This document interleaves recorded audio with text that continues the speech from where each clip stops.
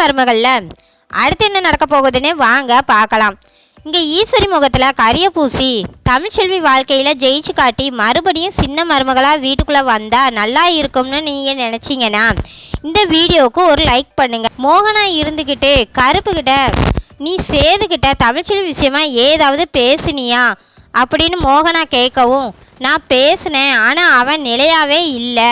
தமிழ்ச்செல்வியை பற்றி பேசினாலே என் மேலே ரொம்ப கோபத்தை தான் காட்டிக்கிட்டு இருக்கான். இப்போதைக்கு யார் போய் பேசினாலும் கண்டிப்பாக அவங்க மேலே கோபப்பட தான் செய்வான். கொஞ்ச நாளைக்கு இந்த விஷயத்த அப்படியே நம்ம ஆற போடுவோம், யாரும் எந்த கேள்வியும் கேட்க வேண்டாம் அப்படின்னு கருப்பு சொல்ல மோகனாவுமே சரிங்கிற மாதிரி அமைதியாயிறாங்க.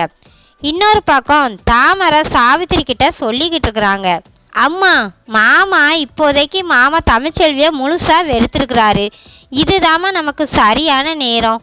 இப்போ போய் தமிழ்ச்செல்வியை பற்றி நம்ம தப்பாக பேசுனா கண்டிப்பாக இன்னுமே அதிகமாக கோவப்படுவார். அதுக்கப்புறம் யார் என்ன நினச்சாலும் சரி, அவள் இந்த வீட்டுக்குள்ளே வரவே முடியாது. வாமா நம்ம போய் மாமா கிட்ட போய் பேசுவோம். மாமா ரூமில் குடிச்சிக்கிட்டு தான் இருக்கிறாரு, நான் ஒளிஞ்சிருந்து பார்த்தேம்மா அப்படின்னு தாமரை சொல்லவும், என்னடி சொல்கிற, உண்மையாவா? அப்போ சரி, இதை நீ என்கிட்ட முன்னாடியே சொல்லியிருக்க கூடாதா? நான் சேதுவோட மனசை மாற்றி காட்டுறேன், நீ வா, எப்படியாவது உன்னை சேதுக்கு கல்யாணம் பண்ணி வைக்கணும், அதுதான் என்னோட குறிக்கோள் அப்படின்னு சொல்லிட்டு இங்கே தாமரை அழைச்சிக்கிட்டு நேராக சேது ரூமுக்கு போகிறாங்க. ரூமுக்கு போன சாவித்திரியோ, எப்பா சேது, ஏன்பா இப்படி குடிச்சு குடிச்சு உடம்ப அழிச்சிக்கிற? அந்த தமிழ்ச்செல்வி என்ன பண்ணா?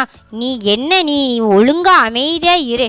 அவளை நினச்சி எதுக்காக இப்படிலாம் குடிச்சிக்கிட்டு இருக்க? என்னதான் இருந்தாலும் அவள் இப்படி ஒரு காரியத்தை பண்ணியிருக்கவே கூடாது. எனக்குமே தெரியுதுப்பா, நானும் ஒரு பொம்பளை தான். கர்ப்பமாக இருக்கிற நேரத்தில் கண்டிப்பாக நீ அவளை ஒதுக்கி தான் வச்சிருப்ப, நீ பாதுகாப்பாக தான் இருந்திருப்ப. ஆனால் எப்படி அவள் கர்ப்பமானா எனக்கே யோசிக்க மண்டையே வெடிக்குது. எனக்கே அப்படி இருக்குன்னா நீ கட்டின புருஷனாச்சே, உனக்கு எப்படி இருக்கும்? அதனால் அந்த தமிழ்ச்செல்வியை முழுசாக மறந்துடு.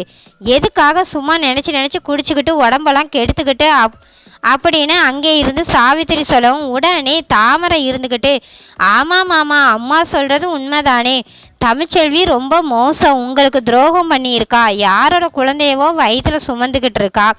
அப்படி இருக்கும்போது இனிமேல் நீங்கள் ஏன் அவளை நினச்சி நீங்கள் எதுக்காக கஷ்டப்பட்டுக்கிறீங்க? அவளை இனிமேல் வீட்டுக்குள்ளேயே விடாதீங்க அப்படின்னு தாமரையும் சொல்லிக்கிட்டு இருக்கிறாங்க. இங்கே ரெண்டு பேருமே பேசுகிறத பார்த்து சேதுவுக்கோ ரொம்ப கோபம் வருது. நாங்கள் பேசி நீ கோவப்பட்டு என்னப்பா ஆக போகுது?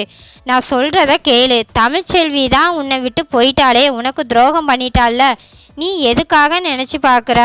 உனக்காக தாமரை இருக்கா, தாமரை உன்னையே நினச்சிக்கிட்டு இருக்காப்பா. என்னதான் இருந்தாலும் அன்னைக்கு நான் அந்த மாதிரி நீ தாமரை கெடுத்துட்டதா சொல்லியிருக்க கூடாது தான். எனக்கும் என்ன பண்ணுறதுனே தெரியல. தாமரையை நீ கல்யாணம் பண்ணிக்கணும், இந்த வீட்டு மருமகளாக தாமரை ஆகணும்னு ஏதோ ஒரு அப்பட்டமான ஆசையில் அப்படி ஒரு தப்பாக பண்ணிட்டேன். மற்றபடி தாமரை உன் மேலே உசுரையே வச்சிருக்கா. அதனால் தாமரையை நீ கல்யாணம் பண்ணிக்கப்பா. அந்த தமிழ்ச்செல்வியை ஒதுக்கிடு. உனக்கு துரோகம் பண்ணவளை உன் வாழ்க்கையில் இருந்து தூக்கி போடு. அங்கே சாவித்திரியும் தாமரையும் மாற்றி சேதுக்கிட்ட சொல்லவும், சேதுவோ வந்த கோபத்துக்கு, அத்தை முதல்ல இந்த ரூமை விட்டு ரெண்டு பேருமே வெளியே போங்க, ஏற்கனவே நான் பயங்கர டென்ஷனில் இருக்கேன், இதில் நீங்கள் வேறு ஏதாவது பேசி என்னை இன்னும் கோவப்படுத்தி அதுக்கப்புறம் என்னை கொலைகாரனாக மாற்றிடாதீங்க. நான் பொண்ணுங்க மேலே வெறுப்பாக இருக்கேன், இதுதான் சாக்குன்னு சொல்லிக்கிட்டு நீங்கள் தாமரை கழுத்தில் தாலியை கட்ட சொல்லி என்கிட்ட வந்து பேசிக்கிட்டு இருக்கிறீங்களா?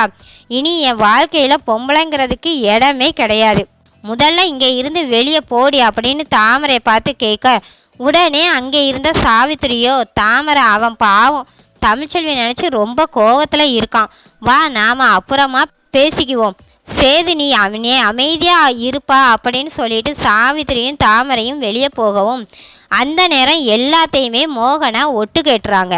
வெளியே வந்த சாவித்திரியை பார்த்ததும் இங்கே மோகனா இருந்துக்கிட்டு, ஏய் சாவித்திரி, உனக்கு எத்தனை தடவை சொன்னாலும் உரைக்காதா?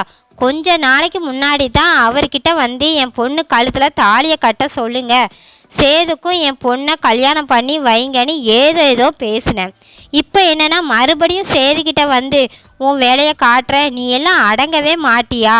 எதுக்காக தான் இப்படி குடும்பத்துக்குள்ளே பிரச்சனையை பண்ணணும்னு சொல்லிக்கிட்டு இருக்க? சரி, இப்போ வேணால் தமிழ்ச்செல்வியை வெறுத்து ஒதுக்கலாம். ஆனால் தமிழ்ச்செல்வியோட வயிற்றில் வளர்கிற குழந்தை கண்டிப்பாக அது சேதுடையது தான், எனக்கு நல்லாவே தெரியும் அப்படின்னு இங்கே மோகனா சொல்லவும், ஆமாம், கட்டின புருஷனே அவளை நம்பலை, அவனுக்கு தெரியாததா உங்களுக்கு தெரிஞ்சிட போது அப்படின்னு அந்த தமிழ்ச்செல்வி உங்களுக்கு என்னதான் மாய மந்திரம் செஞ்சான்னு தெரியல, சும்மா தமிழ்னு சொல்லிக்கிட்டே இருங்க. ஏய், நீ என்ன சொன்னாலும் தமிழ்ச்செல்வி சேதுவோட பொண்டாட்டி தான், அதை யாராலையுமே மாற்ற முடியாது, இங்கே இருந்து முதல்ல போ அப்படின்னு மோகனாவும் சொல்லிடுறாங்க.